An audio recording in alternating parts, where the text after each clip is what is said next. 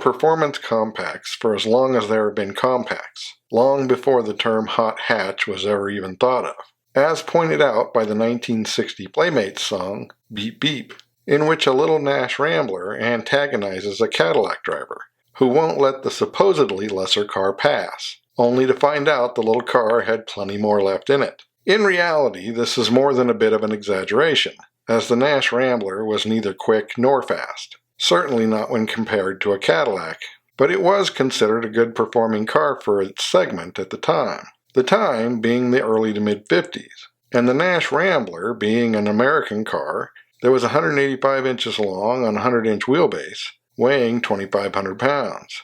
Later models used a bigger 3.2-liter, 195 cubic inch inline six with 85 to 90 horsepower, which only moved the car to 85 to 90 miles an hour and a 21-second quarter mile. Hardly a threat to a premium sedan of the period. But perhaps the song was inspired by the later Rambler Rebel introduced in 1957. At 191 inches long on a 108-inch wheelbase and weighing 3,300 pounds, it was noticeably bigger, but still small for an American car at the time. Power initially came from a 5.4-liter 327 V8 with 255 horsepower, putting it in the low 18-second range, with a top speed of 120 miles an hour. Although for its second year it was down to a 4.1-liter 250 V8 with 215 horsepower, a change in gearing meant it was now a low 17-second car, but the top speed was down to 105. It only lasted through 1960, but was considered a sleeper from a brand that specialized in more economical cars at the time. When Studebaker introduced the Lark in 1959, its smaller size was supposed to help make it a high-value car. It was only 175 inches long on a 109-inch wheelbase, and up to 3,300 pounds. And unlike the compacts that would soon arrive from the Big Three, the Lark had an available V8 from the beginning. Initially a 4.2-liter 259 with 180 to 195 horsepower, enough to put the little car in the low 17s and exceed 110 miles an hour. 1961 saw many improvements, including a bigger 4.7-liter 289 with 210 to 225 horsepower, easily shaving a second off the quarter-mile time and putting the top speed near 120. The cars were restyled for 1962, and in 1963, when other mainstream compacts were starting to add V8s, Studebaker added a supercharger to the Lark R2, bumping horsepower to 289 and dropping the quarter mile to under 15 seconds. With the restyle of 1964, the Lark became the Commander. The supercharged models carried over, but were short-lived, and for 1965, the Studebaker V8 was replaced by a Chevy 4.6-liter 283 with 195 horsepower, putting the car back in the mid-16s. But 1966 was the final year for Studebaker as a whole. Often overlooked among early performance compacts were the senior compacts from GM that included the Buick Special Skylark, initially 188 inches long on a 112-inch wheelbase and 2,700 pounds, and power came from a 3.5-liter 215 cubic inch V8 with 185 horsepower, making for a top speed near 110 and a quarter mile in 16.5 seconds. For its second year, it would introduce Buick's legendary Fireball V6. At 135 horsepower, the 3.2-liter 198 cubic inch engine was not a performance option, but it could still be a high 17-second car. Horsepower of the V8 was up to 200 for 1963, but the car was bigger and heavier, and would soon move into the mid-size segment. Pontiac's version of the car, the Tempest Le Mans, was a bit different. It started with the same 215 cubic inch V8 and offered a large 3.2-liter Trophy inline 4 with 110 to 155 horsepower. But the big difference in the performance department was its fully independent suspension and limited slip differential, which didn't really make it any faster, but it did mean that it handled more like a sports car and had an advantage off the line. And with more power and available 4-speed for 1963, even the 4-cylinder could be a mid-18-second car, in spite of an increase in weight. Like the Buick, Oldsmobile's F85 Cutlass started with just the 215 V8. But for 1962, the Jetfire Coupe became the first regular production turbocharged car, boosting horsepower to 215 making it a mid-15-second car when equipped with the 4-speed. But like the others, it would be short-lived, only existing through 1963. Chevrolet did things a bit differently, but they too introduced a turbo in 1962, in this case on the air-cooled, rear-engine Corvairs 2.3-liter Boxer 6 for 150 horsepower. The car was 180 inches long on a 108-inch wheelbase and weighed 2,600 pounds, making for a low 16-second quarter mile and a top speed near 105. For 1964, the engine increased in size to 2.8 liters and 164 cubic inches. Power stayed the same, but torque increased by more than 20, and the top speed was up to over 110. But handling was a bit unpredictable on these earlier Corvairs, something that was improved with the restyled cars of 1965, along with improved aerodynamics. The base Corsair Turbo was down to 140 horsepower, but top versions saw a bump in output to 180 horsepower, and torque again was up more than 20 to 265, raising top speed to around 115 and putting the quarter mile in the mid-15-second range. For 1967, the top version was down to the 140 horsepower version, but it was still a mid-17-second car. By this time, the Corvair had long lost its place in the market with the introductions of the Chevy 2 and the Camaro, so it was discontinued after 1969. The Chevy 2 was released in 1962, with the top trim level being the Nova 400, a period economy car. It was 183 inches long on a 110-inch wheelbase, weighing 2,600 to 2,700 pounds, and power came from a 2.5-liter inline-4 with 90 horsepower, or a 3.2-liter inline-6 with 120 horsepower, giving it a top speed just over 85 miles an hour, and a quarter mile time of just under 20 seconds. 1963 added the Nova Supersport, which was initially an appearance trim package with the 6-cylinder standard. However, there would be big changes for 1964. Not only did a bigger 155 horsepower 3.8-liter 230 straight 6 become available, but so did a 4.6-liter 283 V8, providing 195 horsepower, and putting the car in the low 16s with a top speed near 110. Then 1965 would take it to a whole new level, offering a 5.3-liter 327 in 250 to 300 horsepower tunes, meaning top versions did the quarter mile in the mid-14s and could top 130 miles an hour. Revisions for 1966 included a facelift and an even more powerful 350 horsepower version of the 327, making it a sub-14-second car. But sales were poor for the Nova Supersport in general, and the top performance version in particular.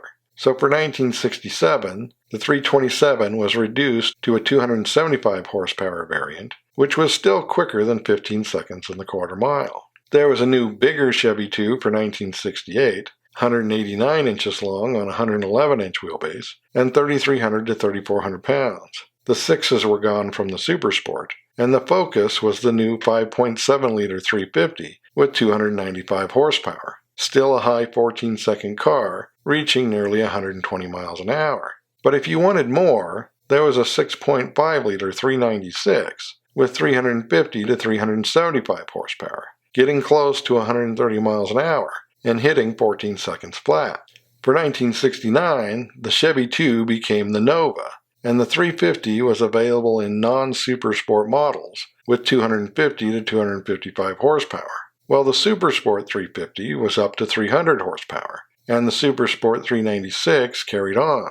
And thanks to GM's Central Office Production Order program, Don Yanko was able to drop a 7-liter 427 into 175 of the cars. Costing $4,000, it was $1,500 more than the standard V8, but horsepower was estimated to be around 450, although the Yanko Supernova was short-lived and soon replaced by the Yanko Deuce, powered by an LT1 350. The big engine Novas were gone for 1971, leaving the Supersport 350, which was down to 270 horsepower, but still a mid-15-second car. Horsepower was down 10 for 1972, but due to the move to net ratings, it was now advertised as only having 200. With the facelift of 1973, the Supersport package became a simple dress-up package, once again available with any engine. which ranged from the base 100 horsepower 4.1 liter 250 straight six through the 115 horsepower 5 liter 307 V8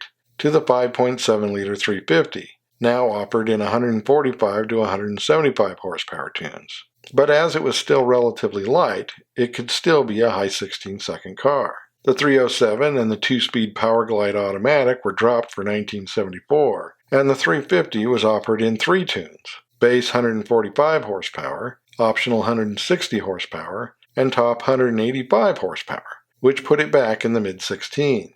But the car was restyled and bigger and heavier for 1975, up to 197 inches long on the same 111-inch wheelbase, and weight was 3,400 to 3,500 pounds. The Super Sport carried over as a handling and appearance package, with heavy-duty suspension and a blacked-out grille, still with a base 250 straight six, now with 105 horsepower, a new 4.3-liter 262 V8 with 115 horsepower, and the 350 with 145 to 155 horsepower, which made it a high 17-second car with a top speed around 115. Performance upgrades for 1976 increased horsepower to 165 and shaved nearly a second off the quarter-mile time, and the 262 was replaced by a 5-liter 305 with 140 horsepower.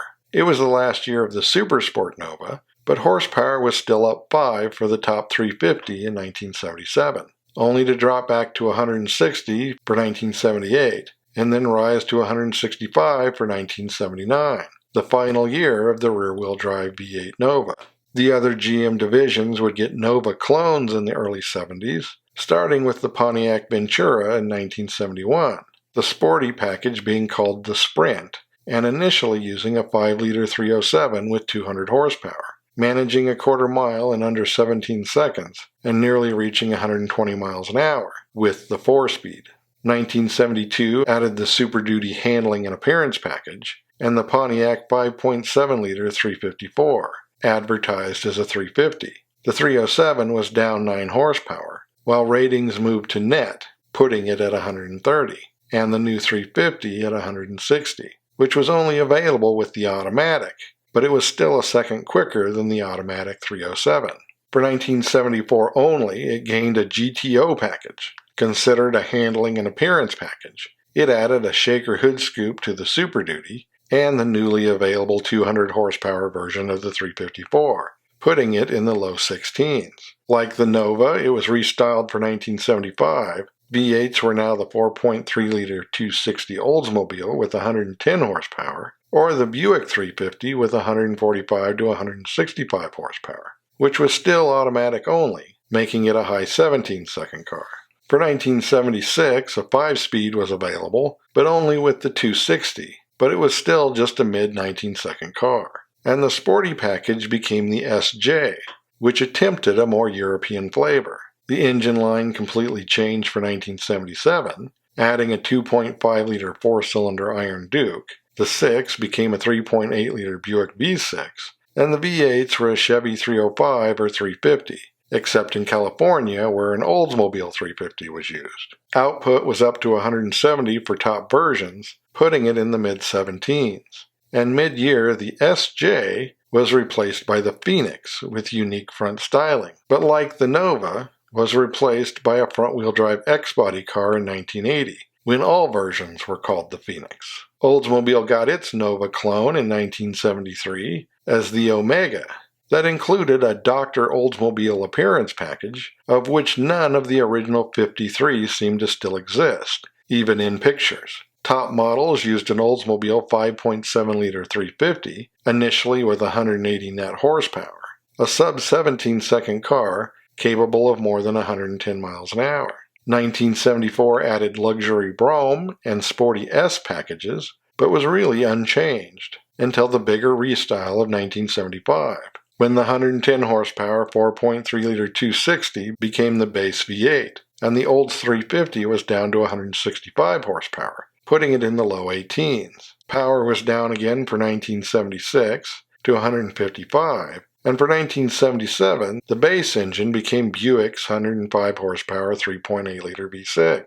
and like the others, would continue through 1979 before going front-wheel drive in 1980. The Buick also arrived in 1973, initially as the Apollo, with the same base Chevy straight six as the others, and naturally using a Buick 350 as the top engine, with 175 horsepower.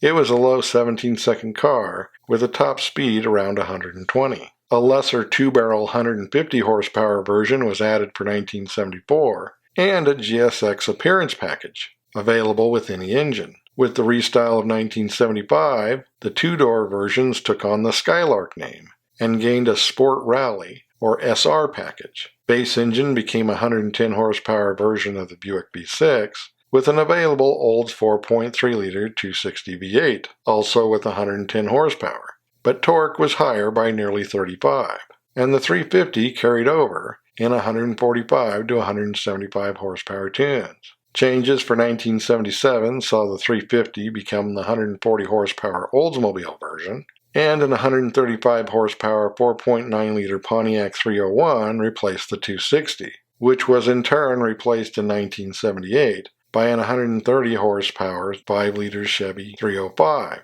and once again carrying through 1979 as the rear-wheel drive design.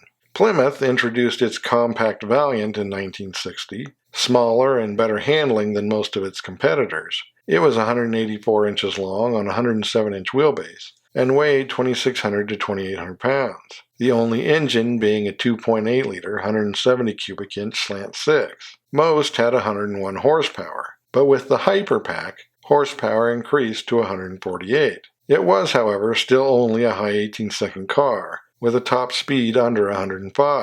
1961 added a two-door and a bigger 3.7-liter 225 slant 6 with 145 horsepower, but it increased torque by more than 60, putting it in the mid-17s. The cars were restyled for 1963, and it would get new body styles, including a convertible. And in 1964, it gained a new Barracuda fastback body style. But the big news was the addition of an 180 horsepower, 4.5-liter 273 V8, making the Valiant a 17-second car, with a top speed closer to 115. For 1965, the Barracuda became a separate model, and the 273 gained a performance package, increasing horsepower to 235, which put the top speed around 135 and made the Valiant a low 15-second car.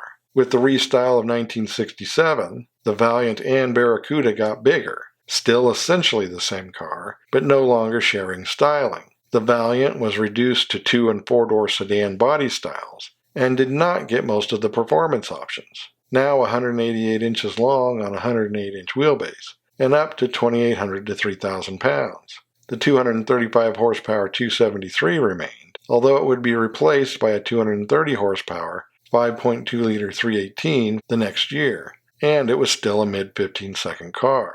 Things would change, however, in 1970, with the introduction of an all-new Barracuda and the Valiant Duster.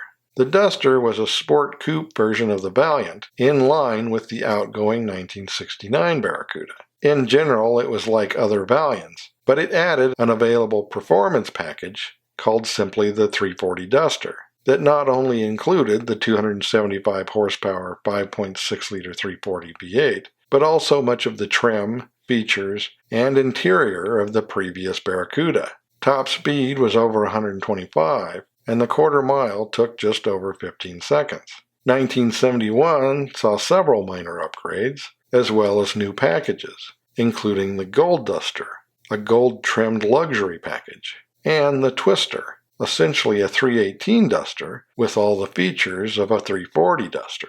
But there was also a new Valiant Scamp, a copy of the bigger Dodge Dart two-door hardtop sedan. As such, it was 192 inches long on a 111-inch wheelbase, and weighed about 100 pounds more when similarly equipped. It was not available with the 340, but with the 318 it was still a mid-16-second car. The move to net ratings for 1972 had the 225 slant 6 at 105 horsepower, the 318 at 155 horsepower, and the 340 at 240 horsepower, with no actual change, except to the 340, which in reality was up 5 horsepower. and the disappearance of the big block muscle cars left the 340 Duster as the quickest Chrysler product by 1973. Then for 1974, the 340 was replaced by a bigger 5.9-liter 360, gaining another 5 horsepower, although power would start to decline, dropping to 230 for 1975 and 220 for 1976 as the car crept into the high 15s. When the Feather Duster was introduced, using aluminum parts to reduce weight by 5%. But it was the final year of the Valiant and the Duster, being replaced by the Volare, which was offered in a similar coupe style, although with a softer ride and improved visibility. It was 198 inches long on a 109-inch wheelbase and weighed 3,200 to 3,400 pounds, and the engines carried over. The 318 was down to 140 to 150 horsepower, making it a low 17-second car, and the 360 was at 170 horsepower for the high 16s. Also available was a handling and appearance package, taking over the Roadrunner name. There would be power changes for 1977, with the 318 dropping to 135 to 145 horsepower, and the 360 was offered in 155 to 175 horsepower versions. Then it would see a slight revival in 1979, increasing output to 195. But it was the final year of the 360, leaving an 155 horsepower 318 as the top engine, with a quarter-mile time in the low 18s. And the Volare would be replaced by the front-wheel drive 4-cylinder Reliant the next year. The compact Dart was introduced in 1963 as a bigger upmarket alternative to the Valiant. But the GT Coupe was just the coupe version and was 196 inches long on a 111-inch wheelbase, weighing 2,600 to 2,700 pounds. It offered both the 2.8-liter 170 and 3.7-liter 225 slant 6 with 101 to 145 horsepower, being a mid-17-second car that couldn't quite do 100 miles an hour. Like the Valiant, it gained an 180 horsepower 273 V8 for 1964, putting it in the low 17s, with a top speed closer to 115.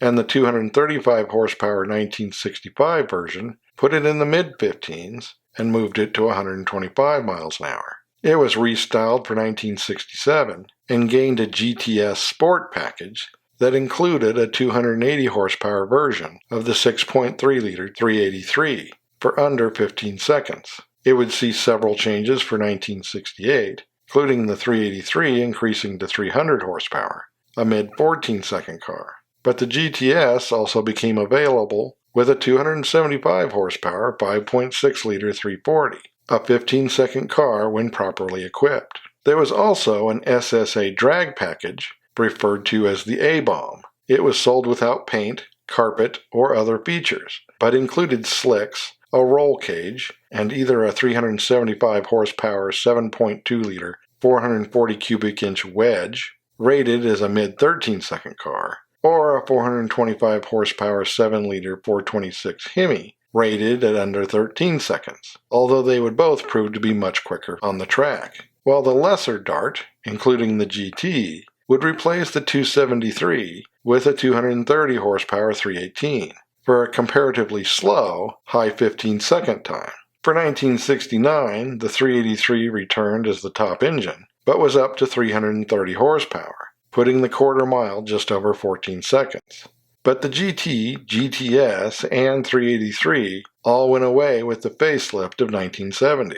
There was, however, a 340 Swinger two-door hardtop sedan, still with 275 horsepower and under 15 seconds. But the top engine in the Swinger would be reduced to a 230 horsepower 318 for 1971, with the introduction of the Dart Demon, essentially a Plymouth Duster with Dart trim that included the comparable Demon 340 performance package, introduced a year earlier in markets south of the border as the Super Bee. And there were a couple of dozen of dealer-installed six-pack versions created by Mr. Norm in 1971 and 72, with 3 two-barrel carburetors bumping output to an initially rated 290 horsepower, although horsepower ratings would move to net for 1972. Mr. Norm would then add an available supercharger to these so-called GSS Demons, increasing horsepower to 360 for a 13-second quarter mile. For 1973, the Demon was renamed Dart Sport, but there was still a Sport 340 and a 318 swinger. And like the Duster, it moved to a bigger 360 for 1974, and got a lightweight version in 1976 as the Dart Light, only to be replaced by the Aspen, all but identical to the Volare, with the Slant 6, 318, and 360 carrying over. And the handling and appearance package was called the RT, which could only have the 4-speed with the 150 horsepower 318. But the more powerful 170 horsepower 360 automatic was still quicker, running in the high 16s, quite lively for the late 70s. 1977 added an RT Sport with a more powerful 166 horsepower 318. It too was automatic only, and would become the only RT for 1980, a low 18-second car, and the final Aspen, until Chrysler reused the name on an SUV.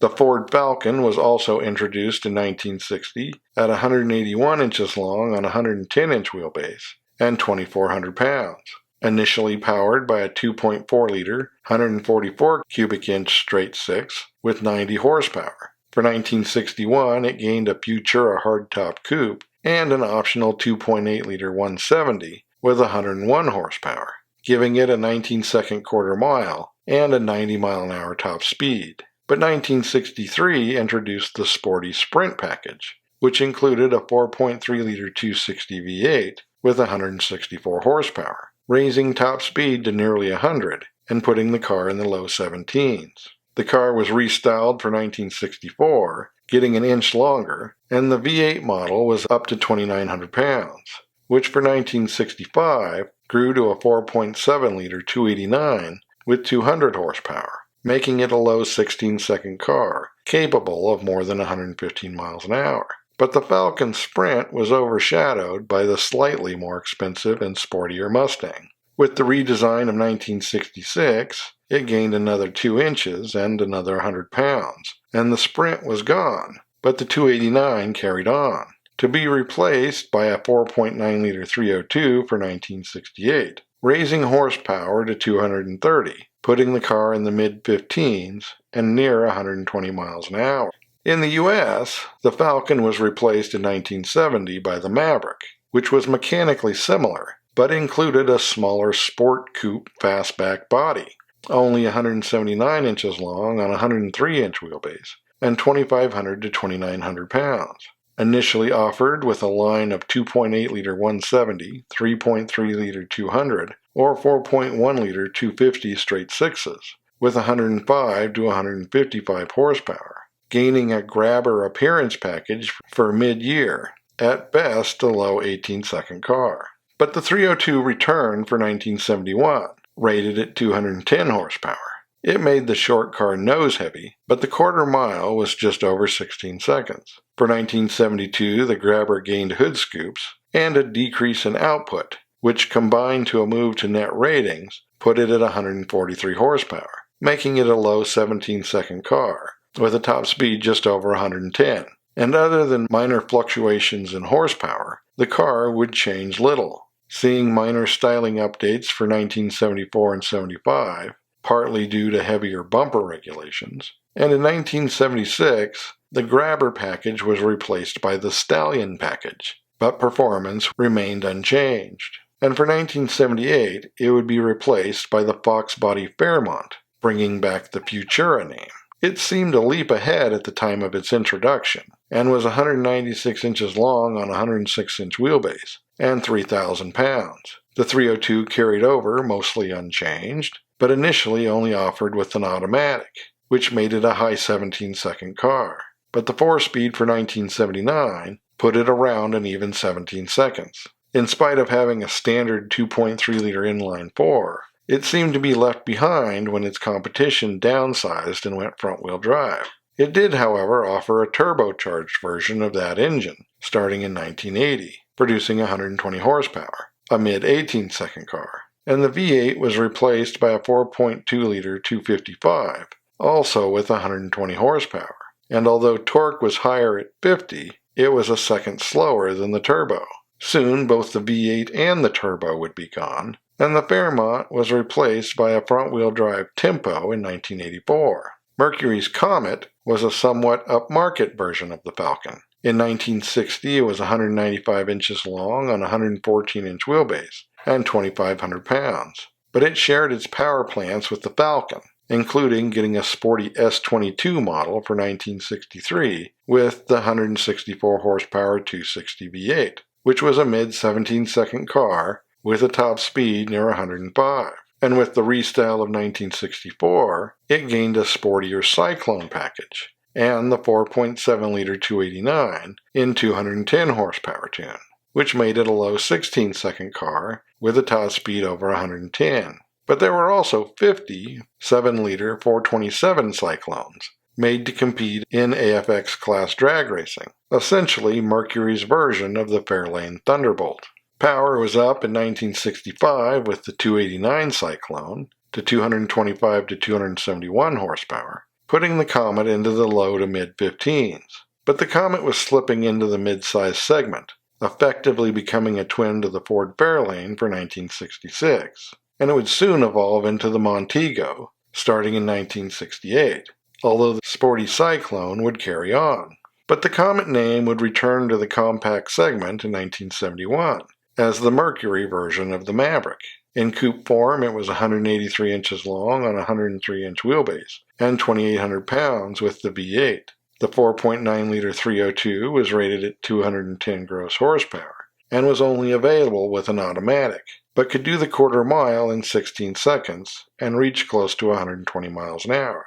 And it too was available with a sporty appearance package as the Comet GT. The move to net ratings its second year, along with other changes, put it at 143 horsepower, raising the quarter mile time by a second. A manual became available with the V8 starting in 1974, but larger bumpers increased weight, making it slower. For 1976, the GT was renamed with the more accurate, but perhaps less appealing, Sport Accent package.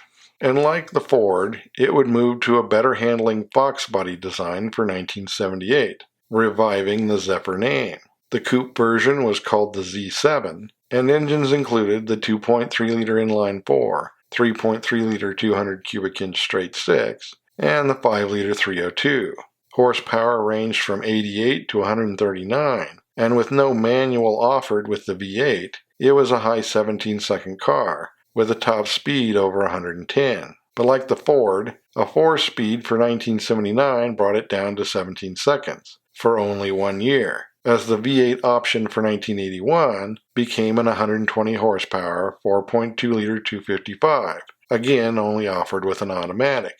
And even that would be gone by 1982, with the Zephyr coming to an end the following year, at least for a while. The Nash Rambler had become the Rambler American in 1958, and continued into the 1960s, with the final version appearing in 1964. It became the AMC Rambler. At this point, it was 177 inches long on a 106-inch wheelbase, and 2,700 pounds. The 6 was a 3.2-liter 196 with 125 to 138 horsepower. An 18-second car with a top speed just over 105 miles an hour. 1965 added a bigger 3.8-liter 232 with 155 horsepower, but only offered with an automatic. 1966 brought several changes, including a facelift and a new sporty Rambler Rogue version. The 6s carried over, but now there was a new 4.7-liter 290 V8 with 200 horsepower. And with the 4-speed, it was a low 17-second car with a top speed over 115. It gained an available 25 horsepower increase mid-year, and in 1967, a bigger 5.6-liter 343 with 280 horsepower. Initially only offered with the 4-speed, it was a high 14-second car with a top speed near 125. But things got serious in 1969 when the car technically became the AMC Rambler and gained an SC package. Called the SC Rambler, or Scrambler, it included several performance goodies, not the least of which was a 6.4-liter 390. as well as red, white, and blue graphics and a functional hood scoop. With 315 horsepower, it was easily a low 14-second car, something no Cadillac of the period was likely to pull off. But for 1970, it was replaced by the AMC Hornet, only 179 inches long on a 108-inch wheelbase and weighing 2,800 pounds. It did include a sporty SST package with an available 5-liter 304 V8. It was once again automatic only, but lightweight with 210 horsepower. It was still a 16-second car. And the SC package would soon return, this time with a 5.9-liter 360 with 245 to 285 horsepower in the optional Go package, making the SC 360 a mid-14-second car, although top speed was under 110. The SC was out again for 1972, and net ratings were in, putting the 304 SST at 150 horsepower and in the low 17s. The cars got a facelift for 1973, and the 360 returned, now rated at 175 horsepower, putting it back in the mid-16s. It was, however, once again a one-year-only thing, putting the 304 back on top for 1974, which was reduced to 120 horsepower for 1976. 1977 added an AMX appearance package, but it was the last year of the Hornet, although the AMX version of it would carry on as part of the new Concorde line. Performance compacts would continue to appear, but the idea of dropping a V8 into one seems a bit daft by modern standards. So as always, thanks for watching, and don't forget to comment below and like and subscribe.